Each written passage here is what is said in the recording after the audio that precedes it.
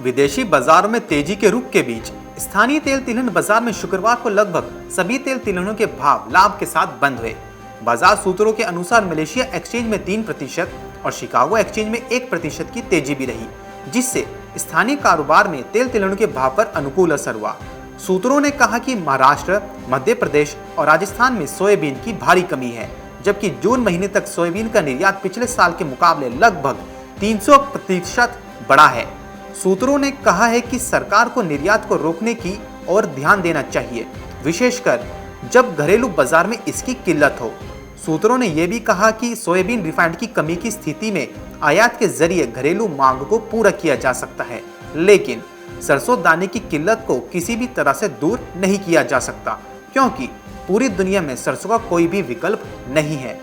नाफेड या हाफेड जैसी सहकारी संस्थाओं को सरकार की तरफ से अभी ही सरसों के बीज इकट्ठा कर लेने चाहिए, ताकि आगामी बिजाई के समय कोई किल्लत ना हो, जैसा कि सोयाबीन के मामले में हुआ है।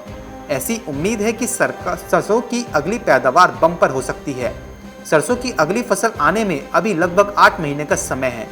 सूत्रों ने कहा है कि आमतौर पर सोयाबीन बीज का भाव सरसों से कम रहता था, लेकिन यह पहला मौका है जब सोयाबीन के भाव सरसों से अधिक हो गए हों। उन्होंने ये भी कहा कि सामान्य कारोबार के बीच मूंगफली तेल तिलहनों के भाव पूर्व स्तर पर रहे, जबकि मांग बढ़ने से बिनौला तेल में सुधार आया। मलेशिया में 3% की तेजी को देखते हुए सीपीओ और पामोलिन तेल कीमतों में भी सुधार के साथ बंद हुए।